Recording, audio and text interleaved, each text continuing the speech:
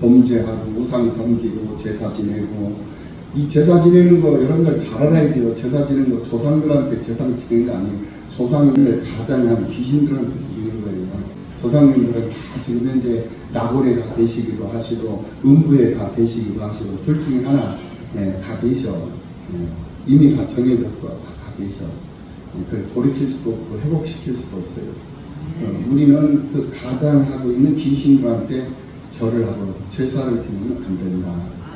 그래서 우리의 삶을 피폐하게 하고 우리의 삶을 좀먹는, 갉아먹는, 그래서 병들게 하고 우리를 결국 멸망시키고자 하는 그런 세력들을 대항을 해서 우리가 이기는 자의 삶을 살아가야 되는 거예요. 그리할 때 우리의 삶은 장수하는 거예요. 천수를 다한다는 거예요. 그래서 예수를 잘 믿는 사람들은 다 장수예요. 근데 세상 풍조를 따라서 자기 방식대로 이렇게 막 살아가는 사람들 있잖아요.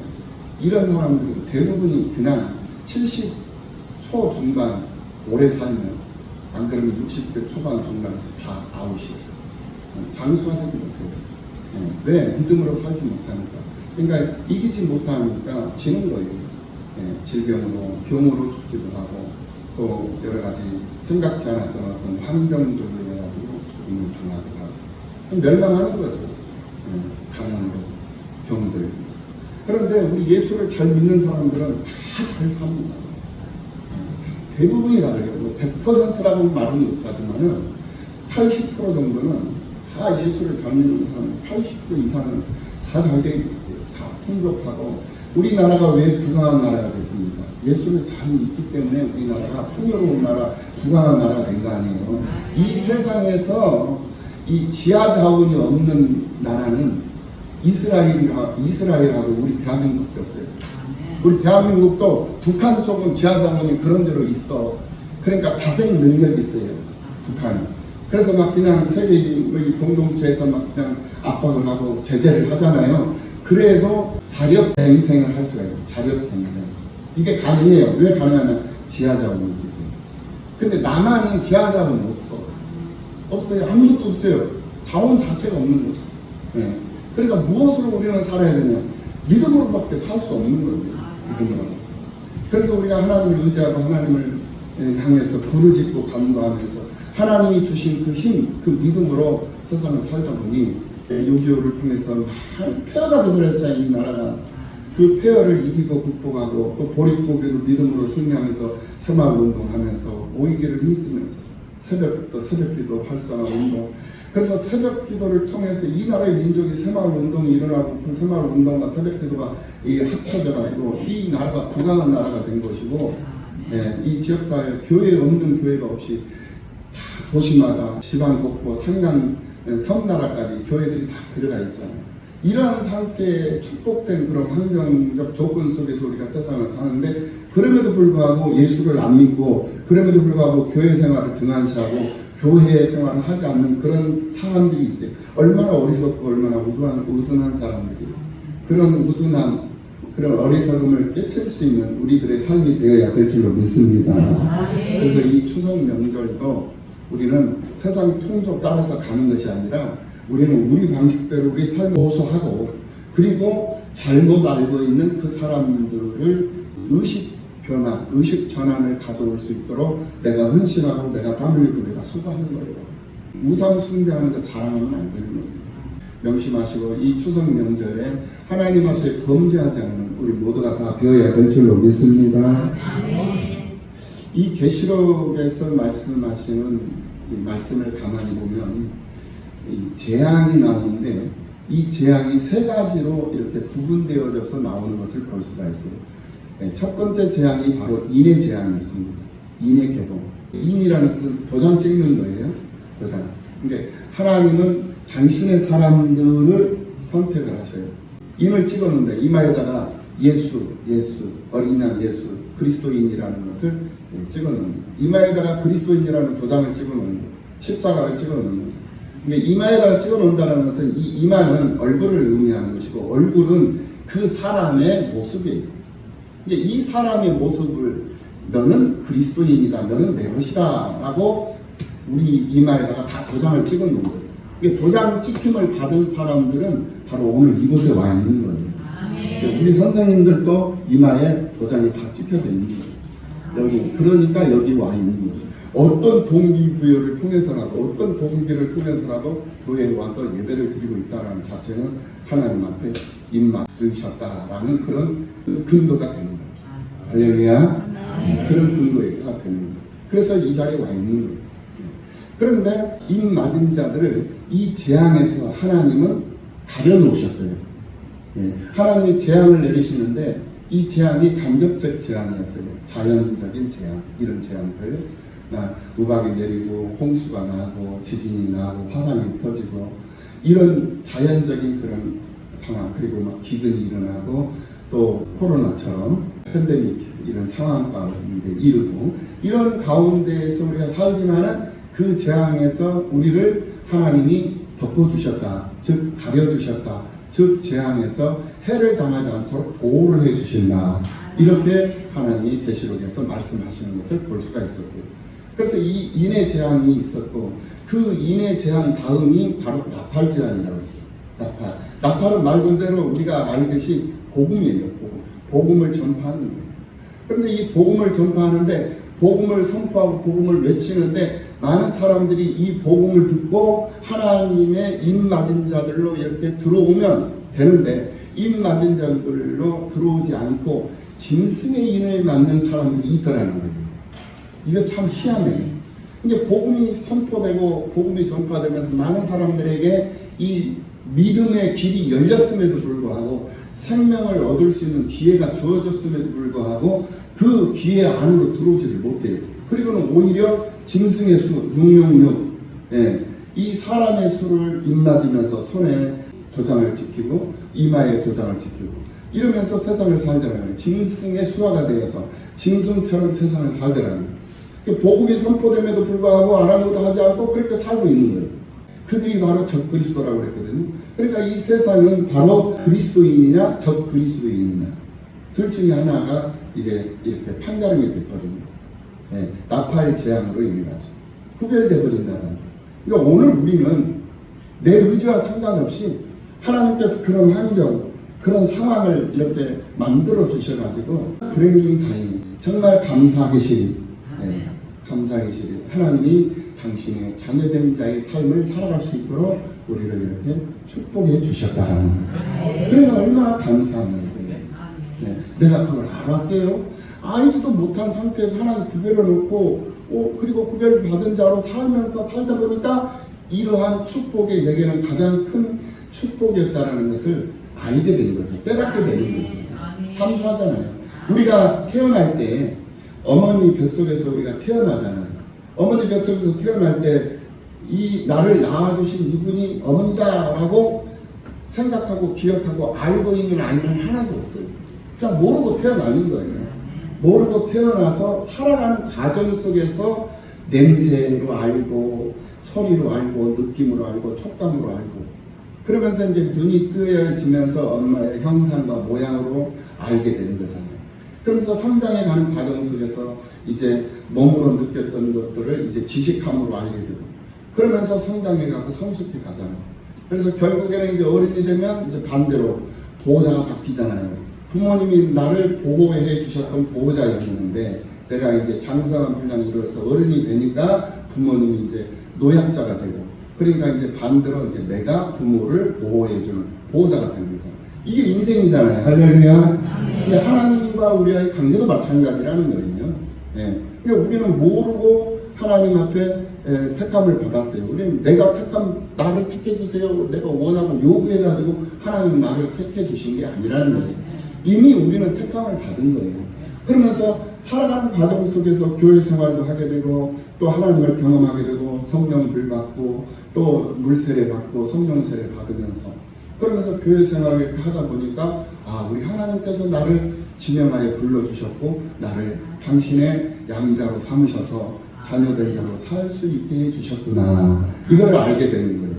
그러면서 하나님 앞에 그 은혜를 감사하고 죽을 수밖에 없는 나를 영원한 생명으로 이렇게 분리해 주시고 영원한 생명을 해 주셔가지고 영원한 생명을 가지고 영원토록 살 수 있는 그런 축복을 주셨다라는 사실을 확신하게 되는 거죠. 그래서 나는 이 기쁜 소식을 나 혼자만 간직할 수가 없기 때문에 이 기쁜 소식을 옆 사람들에게, 주변 사람들에게, 동료들에게, 가족에게, 부모님 또는 자녀들, 형제들에게 이렇게 전파하면서 소식을, 복음의 소식, 복된 소식, 생명의 소식을 이렇게 선포하면서 살게 되는 거예요. 이게 바로 나팔 재앙이다. 그 다음에 세 번째가 뭐였냐면은 바로 이제 대접, 일곱 대접이 쏟아지는 거예요. 이 쏟아지는 이 재앙이 바로 예수를 믿는 사람들에게는 축복이에요. 그런데 예수를 믿지 않는 사람들에게는 재앙이 되더라는 거예요. 이걸 알아야 돼요. 왜 축복이냐? 여러분들 예수님께서 베들레헴에 처음 말구이에 태어나셔서 베들레헴에 말구이에 누이셨잖아요. 그때 동방 박사 세 사람이 예수님을 찾아왔어요. 근데 예수님을 찾아왔는데 베들레헴으로 찾아온 것이 아니라 동방 박사 세 사람이 어디로 갔습니까? 예루살렘 궁전으로 갔어요. 왜? 왕이 태어나면 궁이 있을 것이다, 왕궁이 있을 것이다 라고 모든 사람들이 다 그렇게 생각을 하잖아요. 그렇게 생각하고 왕궁으로 찾아간 거예요. 찾아갔는데 헤롯 왕이 맞이했어요. 그 헤롯 왕에게 왕이 나셨다는데 그 왕이 어디 있습니까? 라고 말을 하니까 헤롯 왕이 아주 기절초풍을 하는 거죠. 왕은 난데 또 왕이 났단 말이냐. 있을 수 없는 일이잖아요. 그래가지고 이 헤롯이 동방 박사들을 포섭을 한 거예요. 혹시라도 왕이 난 것을 보거들란 나에게도 좀 알려다오. 나도 찾아가서 그 태어난 왕을 경배를 하리다 라고 부탁을 해요. 그러니까 박사들이 대답하고 별을 보면서 또 다시 진행을 합니다. 그리고는 베들레헴 마을에, 근데 이 베들레헴은 예루살렘 성 변방에 있는 거예요. 예루살렘 성 가장 바깥에, 그러니까 우리 안산시로 말한다면 저기 건건동 정도, 저기 사사동이나 건건동 그쪽 지역에 있는 조그마한 소마을이에요. 작은 마을. 그곳에 이 베들레헴이라는 그 마을에 예수님이 탄생한 거를 이제 박사들이 안 가네. 그래가지고 그 동방 박사들이 보배알을 가지고 아기 예수 탄생을 축복하고, 그리고 축하하고는 헤롯 왕에게 간 것이 아니라 헤롯 왕에게로 가지 않고 자기 나라로 다시 가버린 거예요. 그 사이에 이 헤롯은 동방 박사들을 기다렸는데 동방 박사들이 오질 않아요. 그래서 수소문을 해보니까 이 박사들이 자기 나라로 가버렸다는 것을 알게 된 거예요. 그러니까 이 헤롯 왕이 계노를 한 거죠. 그래가지고 예루살렘 성 안에 있는 사내 아이들, 2살 미만이 있는 사내 아이들은 다 죽여라 라고 반응을 했어요. 그러니까 예루살렘 성 안에 있는 2살 미만 사내 아이를 가지고 있는 집안은 피바다가 되어버린 거예요. 결국은 예루살렘 성은 피바다가 된 거예요. 아기 예수의 탄생은 하나님이 기뻐하는 사람들에게는 영광이고 평화였어요. 그런데 하나님이 기뻐하지 않는 사람들에게는 피바다가 되어버려요. 이게 재앙이라는 거예요. 이걸 알아야 된단 말이에요. 그러니까 우리가 다시 오실 예수님을 지금 현재 맞이하기 위해서 우리가 지금 믿음의 삶을 살아가고 있잖아요. 그러니까 예수님이 오시기 전에 백성들은 오실 예수님을 바라보면서 살았어요. 그런데 지금 우리가 사는 이유는 오신 예수님을 바라보고 살고 또 다시 오실 예수님을 보면서 사는 거거든요. 다시 오실 예수님을 맞이하기 위한 삶을 산단 말입니다. 그러니까 다시 정리를 해서 말씀을 드린다면 처음 오신 예수님, 초림의 목적, 예수님이 처음 오신 목적은 무엇이냐? 바로 하나님이 기뻐하는 사람들을 구원하시기 위해서 오신 거예요. 구원이라는 것은 뭐냐면 사망에서 생명으로, 죄에서 의로, 가난에서 부유함으로, 질병에서 건강으로 이렇게 하나님께서 건져주시는 이게 바로 구원이거든요. 구원. 그러니까 정신적 구원, 영적인 구원만 구원이 아니에요. 물론 그것도 구원입니다. 그런데 육의 구원, 몸의 구원, 이 생활 속에서 우리를 구원해 주신단 말이에요. 이게 우리 하나님의 역사하심인 줄로 믿습니다. 이걸 몸소 보여주신 거예요. 우리는 이것을 믿어야 될 줄로 믿습니다. 막연하게 그렇게 될 것이다 라는 그런 가능성, 이걸 믿는 게 아니에요. 우리는 이 복음, 이 하나님의 이 말씀, 예수 그리스도께서 이 땅에 오신 그 목적이 뭐냐? 바로 하나님이 나를 기뻐하셔서 나를 구원하시기 위해서 이 땅에 오셨다는 거예요. 그래서 나를 대신해서 십자가에 죽어주신 것 아니겠습니까? 내가 죽어야 할 상황이었는데 우리 주님이 나를 대신해서 죽으셨단 말이에요. 그러니까 이제는 나는 죽을 이유가 없어요. 우리 주님께서 나의 핏값을 대신하고 죽으셨기 때문에. 그래서 우리는 그 예수님만 붙잡고 있으면 되는 것이고, 그 예수님 안에만 있으면 되는 것이고, 그 예수님만 바라보고 그 예수님만 따라가면 되는 거예요. 그러면 우리는 죽을 일도 없고, 그러면 우리는 두려워할 일도 없고, 염려할 일도 없고, 근심할 일이 없고, 잠 못 이룰 일이 없다라는 거예요. 실패할 일이 없는 거예요. 그래서 예수를 잘 믿으면은 만사 형통이 나오는 거예요. 할렐루야. 왜 우리가 형통하지 못하는가? 왜 우리가 인생이 꼬이는가? 그 이유가 뭐냐? 하나님과의 관계가 틀어져 있기 때문에 그러는 거예요. 하나님과 나와의 관계가 꼬여 있단 말입니다. 이게 흐트러져 있어요. 뭉쳐 있어요. 이걸 빨리 풀어야 돼요. 하나님과 나와의 관계를 정상적인 관계로 정립하는 이것이 우리 인생에서의 과제입니다. 네. 하나님과 관계를 푸는 방법이 뭐예요? 하나님 앞에 엎드려지는 것밖에 없어요. 회개하는 것밖에 없어요. 다시 말씀드립니다만 하나님 앞에서 무슨 말이 필요하냐, 이게 말이 필요 없는 거예요. 아버지 나는 죄인입니다 하고 엎드려져 버리면 끝나는 거예요. 하나님 앞에서 무슨 말이 많아, 무슨 변명이 그렇게 많고. 하나님께서 당신의 뜻을 따라 계획대로 모든 일을 이루어 가시는 하나님이라는 사실을 믿으시기를 예수님의 이름으로 축원합니다. 그래서 우리는 교회를 단면으로 보지 말라고 합니다. 교회는 단면적인 것을 보면 그로 인해서 오는 함정에 빠질 수가 있다. 오해할 수도 있고 또 실수할 수도 있어요. 그렇기 때문에 교회는 단면으로 보지 말고 입체적으로 봐요. 그래서 교회는 입체예요. 입체. 좌우가 있고 위아래가 있고 앞뒤가 있고 명암이 있다. 밝은 곳이 있는가 하면 어두운 곳도 있어요. 교회이기 때문에. 그렇다라. 그러니까 이런 것도 있고 저런 것도 있고 넉넉한 것도 있고 부족한 것도 있고 허물도 있고 티도 있고, 이게 다 진정한 인간들이 모여있는 교회의 모습. 천상교회가 아니라 이 지상교회는 아직 미완성된 그런 교회가 이 지상교회예요. 그렇기 때문에 우리는 부족한 것은 부족한 대로, 허물 있는 것은 허물 있는 대로, 또 넉넉한 것은 넉넉한 대로, 또 좋은 것은 좋은 것대로, 나쁜 것은 나쁜 것대로, 그거 다 그냥 품는 거야. 판단은 하나님이 하시는 거예요. 할렐루야. 하나님이 아니라는 거예요. 그래서 오늘 본문 들어가면 인해제약, 나팔제약, 대접제약이 있는데 이 대접 안에 들어가 있는 것들이 뭐냐? 바로 성도들의 기도였다. 오늘 이 유리바다가 나오는데, 이 유리바다, 오늘 본문에 나오는 15장에 나오는 이 유리바다는 불이 섞인 유리바다예요. 그런데 우리가 계시록 4장에서 천상 예배를 드릴 때 수정 같은 유리바다가 또 나오는 것을 볼 수가 있어요. 그러니까 이 유리바다는, 이 바다는 어떤 세계라고 그랬어요?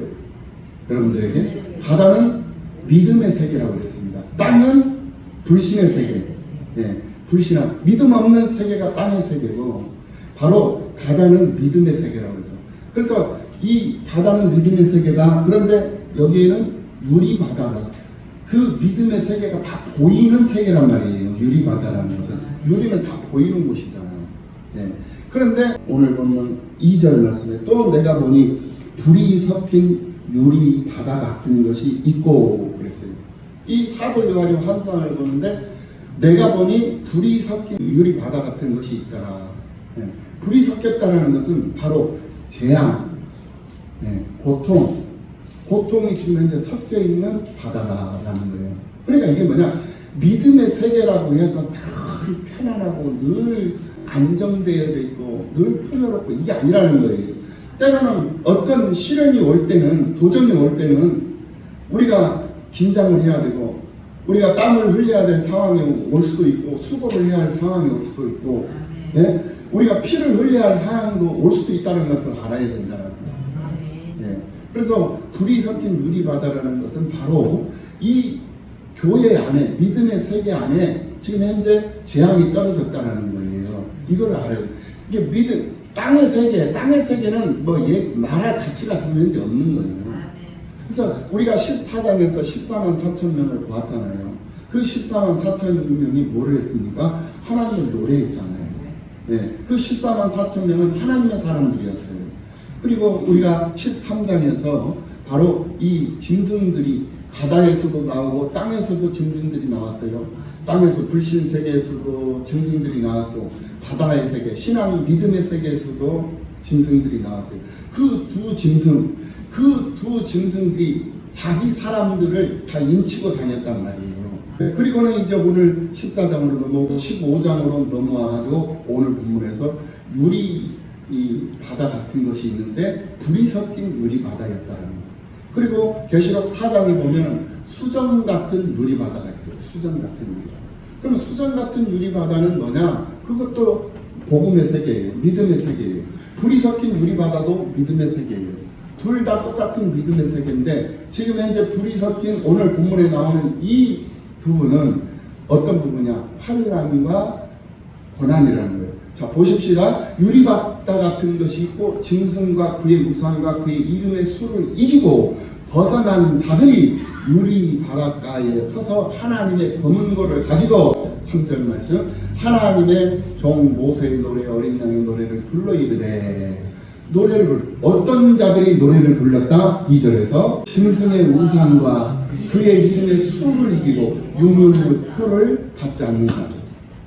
그러니까 하나님의 인칭을 받은 사람들을 얘기하는 거예요. 예. 그 불이 섞인 그 바다에서 즉 환난이 오고 고난이 오고 고통이 오는 그러한 가운데서 수고해야 할 상황, 땀을 흘리고 목숨을 순교자적인 목숨을 잃어야 할 그런 상황 가운데 놓여 있는 그런 상태에 있었지만은 그들이 자기에게 주어진 그런 역할을 저버리지 아니하고 그 우상과 짐승과 그의 우상과 그의 이름의 수를 이기고 그것을 벗어난 그들이 하나님의 검은고를 가지고 노래를 했는데 모세의 노래를 했고 어린 양의 노래를 했다. 그럼 모세의 노래는 뭐냐? 바로 모세의 노래는 바로 율법. 모세는 율법을 받은 사람이거든. 하나님 앞에 율법을 받은 사람이거든요. 그러니까 이건 뭐냐? 하나님의 말씀, 법이에요, 법. 네, 그리고 예수 그리스도, 어린 양의 노래를 부르요. 예수 그리스도는 바로 은혜예요. 그러니까 율법과 은혜, 네, 우리가 공부를 하면은 교과서를 놓고 공부를 하죠. 교과서를 놓고 공부하는 그 문제, 교과서에 나오는 그 문제에 대한 답은 정답이에요. 네. 교과서를 놓고 공부를 하면 그 교과서를 기준으로 해가지고 근거로 해서 문제를 내잖아요. 그 문제에 대한 답은 정답입니다. 그런데 교과서 말고 참고서가 있습니다. 여러분들 옛날 공부할 때 전과로 공부하던 시대들이 여기 다 있잖아요. 전과 또는 참고서, 전과나 참고서로 공부했던 사람들, 거기에 나오는 문제에 대한 답은 해당입니다. 해당. 그러니까 답은 두 가지예요. 이 세상은 문제 덩어리죠. 이 세상은 온통 문제 덩어리로 가득 채워져 있어요. 가정의 문제, 남편의 문제, 자녀들의 문제, 돈 문제, 질병의 문제, 관계성의 문제, 얼마나 많은 문제 투성이 속에서 얽히고 설켜 있는 인생을 우리가 지금 현재 살고 있습니까? 그 얽히고 설켜 있는 그 인생 속에서 답을 찾으려면 찾을 수 있겠어요?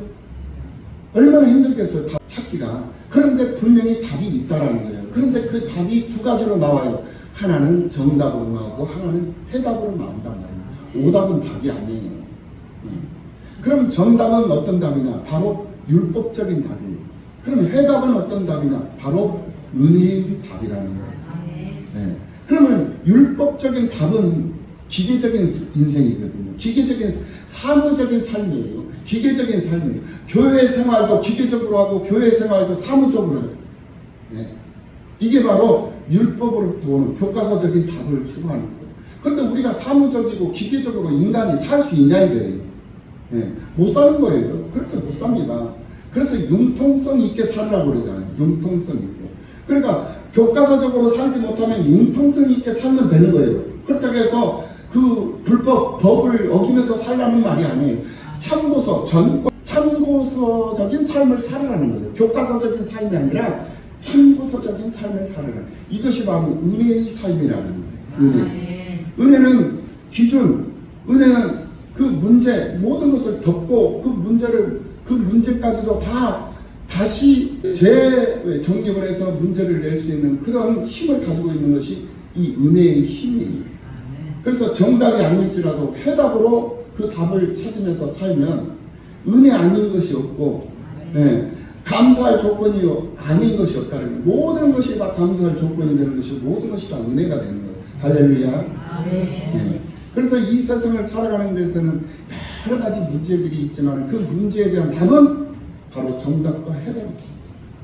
그러면 정답을 추구하는 삶은 인생은 기계적인 인생이기 때문에 피곤해요. 힘들어요. 아무리 좋은 말이지만 저는 우리 식구한테 가끔 그런 얘기를 합니다. 우리 집사람하고 같이 차를 타고 집을 가는데 우리 집사람 옆에서 자꾸 잔소리를 해요. 저거 먹어 저거 먹어 저거. 근데 그 말이 하나도 안 틀려요. 다 맞는 말이에요. 다 맞는 말이에요. 정말 100점짜리 정답이에요. 그래서 그런데 이상하게 나는 기분이 나빠. 이상하게 기분이 나빠. 그래서 제가 우리 식구한테 그래요. 당신 말은 이상하게 맞는데 이상하게 듣는 나는 왜 기분이 나쁘지? 정답이에요. 정답인데 정말 맞는 말이에요. 틀린 거 하나도 없어. 그런데 듣고 있는 나는 너무나 기분이 나쁘고 너무나 속상해. 막 듣기 싫은 거야. 짜증이 나. 예. 그래서 제발 좀 그런 얘기 안 했으면 좋겠어. 내가 틀린 말 했어? 맞아. 맞는 말 했어. 그런데 듣는 나는 기분 나쁘고. 그래서 상대방 감정도 좀 생각을 해야지. 예. 그렇게 얘기한 적이 가끔 있거든요. 똑같은 거라고 생각을 합니다. 아무리 올바른 것이지만 상대방한테 그 올바른 말을 얘기를 하고 강조를 해요. 당신은 맞는 말이니까 하는 거예요. 그런데 듣는 상대방은 이상하게 그것이 기분이 나쁘고 이상하게 그것이 너무나도 속이 상하다 이거예요. 네. 그러니까 그런 정답은 차라리 안 가르쳐 주는 것만 못하는 거예요. 그럼 뭘로 해야 되나요? 정답으로 하지 말라는 거예요. 그럼 뭐냐? 해답을 하라는 거예요. 해답을 하고. 좀 융통성도 있고 좀 유도리도 있는 그런 인생을, 그런 교회 생활, 그런 신앙 생활, 이게 우리한테 필요한 것 아니에요. 그래서 주님이 오신 거예요. 그래서 우리 예수님이 초림하신 거예요. 네, 오신 거예요. 오셔서 우리에게 많은 은혜를 주시고, 그래서 율법 10계명, 그 율법을 대표하는 율법을 요약해서 딱 정리를 했죠. 10가지로. 그게 바로 10계명이거든요. 그 10계명을 우리 주님이 오셔서 2계명으로 딱 압축을 시켰거든요. 10개를 2개로 압축시킨 거예요. 어떻게 압축시켰어요? 위로는 하나님 사랑, 예, 옆으로는 이웃 사랑. 예. 그래서 십자가가 되는 거예요. 예, 십자가. 그래서 십자가 사랑이라고 그러는 거예요. 그러니까 사랑은 허다한 죄를 덮는다고 그랬거든요. 사랑은 고린도전서 13장이 사랑장이잖아요.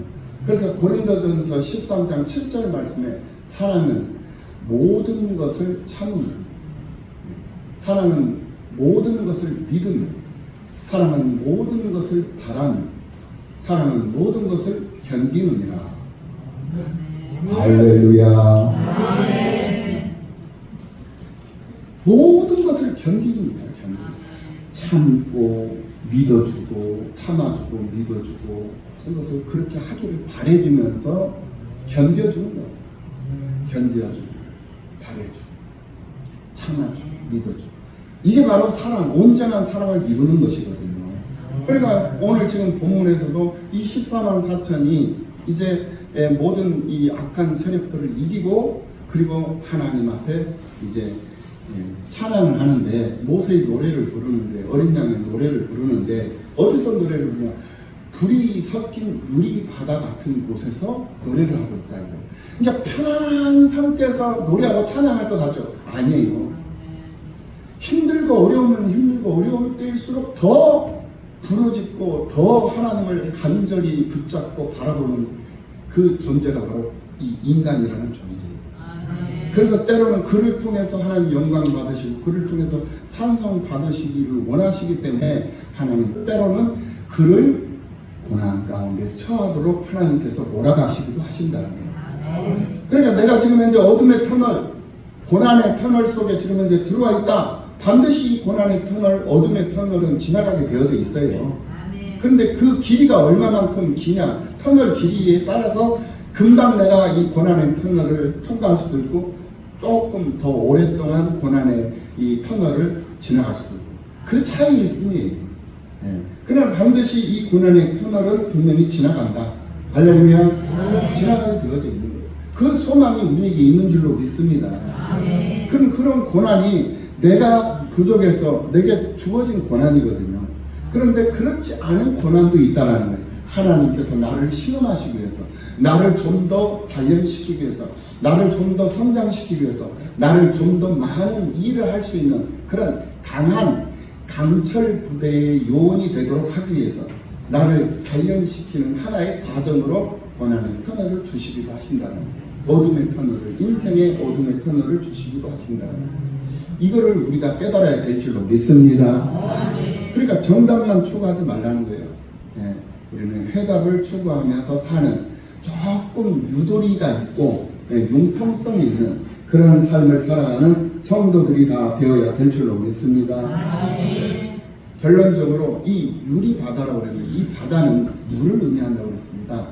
이스라엘 백성들이 출애굽을 할 때 장정난 60만 명, 그래서 육사 240만 명, 왜냐하면 남녀 노소 이렇게 해서 240만 명, 대략 240만 명. 그래서 그 백성들의 모든 재산, 소유, 동물들까지,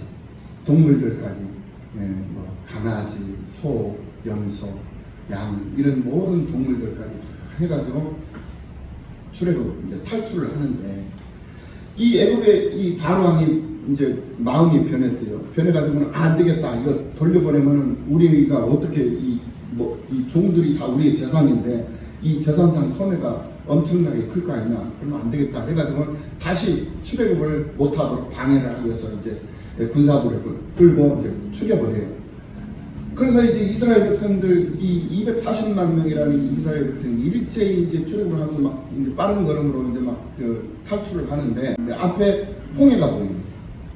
뒤에는 애굽의 군사들이 쫓아오고 앞에는 홍해가 보입니다. 홍해가 뭐냐면은 붉은 바다예요. 붉은 바다. 홍해. 붉은 홍이잖아요. 붉은 거야. 그러니까 피바다예요. 피바다. 피 섞인 유리바다다 말입니다.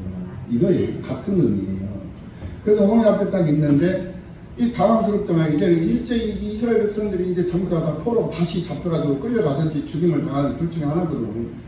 이런 상황 때 이제 와 있는 거잖아요. 그러니까 모세가 그들을 지도하는 이제 지도자 모세가 하나님한테 기도를 해요. 그러니까 하나님께서 너 가지고 있는 그 지팡이를 홍해를 향해 바다를 향해서 가르치라. 그렇게 얘기를 하는 거예요. 이 지팡이가 뭐냐? 열쇠예요. 열쇠. 지금으로 말하면 예수 그리스도다 이 말이에요. 네. 그러니까 그 지팡이를 하나님께서 말씀하신 그 말씀을 의지해서 지팡이를 홍해 바다, 붉은 바다에다가 그냥 가르치니까 그 순간에 이 붉은 바다가 양쪽으로 쫙 갈라지는데 이 바닥이 미끌미끌하잖아요. 근데 미끌하지 않고 마른 땅이 된 거예요. 누구든지 다 걸어갈 수 있는, 지나갈 수 있는 마른 땅이 된 거예요. 그리고는 바다가 지금 현재 있는 상태에서 온 민족이 대기동을 하고 홍해를 건너가고 뒤에서는 바람 기둥으로, 불 기둥으로 애국 군사들이 못 들어오게끔 더 이상 진군하지 못하게 전진하지 못하도록 막고 있는 거예요. 해오리 바다. 그리고 이스라엘 백성들이 다 일제히 홍해 바다를 그 붉은 바다를 다 지나가는 거예요. 그게 뭐냐? 세례예요. 세례. 민족적으로 세례를 받은 거라니까. 예. 그 세례를 받는 그 순간이 편안할 때, 여유 있을 때, 넉넉할 때, 내가 안전하다, 내가 편안하다, 내가 좀 시간적인 여유가 있다, 이럴 때 세례 받은 게 아니에요. 복잡하고 난해하고 죽느냐 사느냐 이 생사의 기로에 서서 있을 때, 그때 이스라엘 백성들은 개별적으로 받는 게 아니라 온 민족이 한꺼번에 그냥 세례를 받아버린 거예요. 할렐루야. 이게 중요한 거예요. 그래서 세례가 얼마나 중요한 것인가를 알아요. 예수를 믿는 사람들은 세례를 받는 거예요. 우리 선생님들도 결단해서 세례 받으시기 바랍니다. 아멘. 세례 받아서 손해볼 거 없다니까. 예수 믿어서 손해볼 거 없어요. 그래가지고 홍해바다 딱 건너서 딱 가니까 이제 목이 마르고 배가 고프고 할 거 아니에요. 그래서 일단 배고픈 것도 배가 고픈 거지만은 일단 사람이 목이 마르면 아무것도 못해. 그래서 물을 찾으니까 이 미라에 쓴물이 있는 거예요. 근데 그 물이 쓴물인지 뭐 단물인지 모르니까 물을 백성들이 가서 마시는데 써서 먹을 수가 없는 거예요. 예. 그러니까 모세가 이제 나뭇가지 하나 던져서 하니까 하나님 말씀에 의지해서 던져주니까 그 나뭇가지도 그냥 십자가예요. 던지니까 물이 생수가 돼버리고. 그래서 모든 일제히 그 민족이 다 그 물을 마시고 갈증이 해소되는 그런 축복을 얻었거든요. 그리고 40년 동안 이스라엘 백성들이 광야 생활을 하는데 이 광야 생활을 하는데 40년 동안 농사를 안 지었어요. 직장 생활을 안 했다니까. 돈 안 벌었어. 돈도 안 벌고 직장 생활도 안 했어. 농사도 안 지었어. 일 안 했어. 40년 동안 뭐를 했어요? 노동 안 했다면 일 안 했다니까. 직장 안 나갔어. 일터에 안 나갔어요. 뭘 했어요? 40년 동안 하나님만 노래했어. 하나님만 노래한 거예요. 그러니까 하나님께서 아침이 되면 만나 내려서 만나 먹이시고 누가 그 생각이라도 했겠어요? 하나님께서 그 영양성들을 다 보충해 주는 거야. 그리고는 또 단백질이 부족하니까 뭘 보내줬냐? 아미노산 보내준 게 아니에요. 아미노산 보내준 게 아니라 단백질이 부족하니까 뭘 보냈다? 메추라기 보내준 거예요. 고기. 그래가지고 그 메추라기 쇠고기 얼마나 고급스러운 고기입니까? 그 고기를 이 백성들이 그냥 다 그냥 삶아 먹고 구워 먹고 볶아 먹고 그냥 다 했어. 그러니까 수시로 하나님께서 피로를 채워주시는 거예요. 네. 그러면 이스라엘 백성들은 뭐냐? 성막을 중심으로 해가지고 성막이 뭐예요? 지금으로 하면 교회야. 교회를 중심으로 해가지고 장막을 지었어. 자기 집. 그러니까 성전을 세워놓고 그 성전을 바라보고 동서남북 사방으로 세 지파 네. 세 지파들끼리 동서남북으로 흩어져가지고 성전을 바라보고 자기들 장막을 짓고 그리고 성전을 바라보면서 하나님께 기도하고 하나님께 노래하면서 그리고는 하나님이 멈추라면 성막 펼치고 장막 짓고 그리고 또 하나님 가라 하면은 또 다시 성막부터 걷어서 성막 앞장 세우고 장막 걷고 장막 내고 뒤따라가고 이게 광야 40년의 생활이었다니까요. 우리 뭐 먹고 살아요? 이 광야에서. 광야는 사람 살 곳이 못 되는데 먹을 것도 없는데 어떻게 광야에서 살아? 백성들이 원망하지 않았어요. 불평하지 않았어요. 그냥 순종하면서 따라온 거예요. 시내산 밑에 가가지고 모세가 시내산을 올라 율법을 받기 위해서 들어갔을 때 그때 백성들이 모세가 안 내려오니까 금송아지 만들어가지고 불평불만해가지고 이거 우리 하나님이다 하면서 금송아지 섬겼잖아요. 모세가 내려오니까 깝깝한 거야. 그래가지고 모세가 거기서 화를 냈죠. 이 아둔한 이 백성들. 그래가지고 거기서 죽은 백성들이 2,000명이요. 그 자리에서 즉사를 해버렸어요. 이걸 알아야 돼요. 그러니까 아무리 답답하고 아무리 더딘다 할지라도 내 생각 가지고 뭘 일을 하려고 하지 말아요. 내 생각 가지고 일을 하잖아요. 그러면 반드시 피하게 되어 있어요. 망하게 되어 있어요. 그릇되게 되어져 있다는 거예요. 그래서 내 생각 버리고 세상 지식 버리고 내 경험으로 하지 말고 지식으로 하지 말고 내 어떤 그런 생각 사색으로부터 얻어진 그런 것으로 지식 가지고 하려고 하지 말라 이거예요. 무엇을 해야 된다? 믿음으로.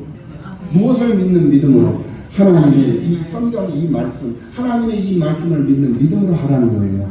그리하면 능히 하지 못할 일이 없다. 할렐루야. 이거를 이 성경에서 분명히 우리에게 가르쳐주고 있다는 사실을 우리는 명심하고 오늘 보면 누리 바닷가에 선 사람들의 이 노래는 우리를 구원하신 어린 양 예수를 노래하고 있다. 그런데 그 노래할 때 평안하고 즐거울 때 노래하는 것이 아니라 바로 불이 섞인 그런 많은 고난과 고통과 목숨을 바쳐야 할, 목숨을 드려야 할 그런 상황 속에서 하나님을 노래하고 있는 이 성도들의 모습을 보면서 이 성도들이 바로 오늘 이 자리에 있는 나다 라는 것을 경험하고 확신하셔서 어떤 어려운 상황 가운데 놓여있다 할지라도 하나님을 떠나고 하나님과의 관계가 꼬이는 그런 일이 없도록 여러분들 정신 바짝 차리고 늘 깨어서 하나님과 가까이 하는 삶을 살아가는 여러분들이 되시기를 예수님의 이름으로 축원합니다.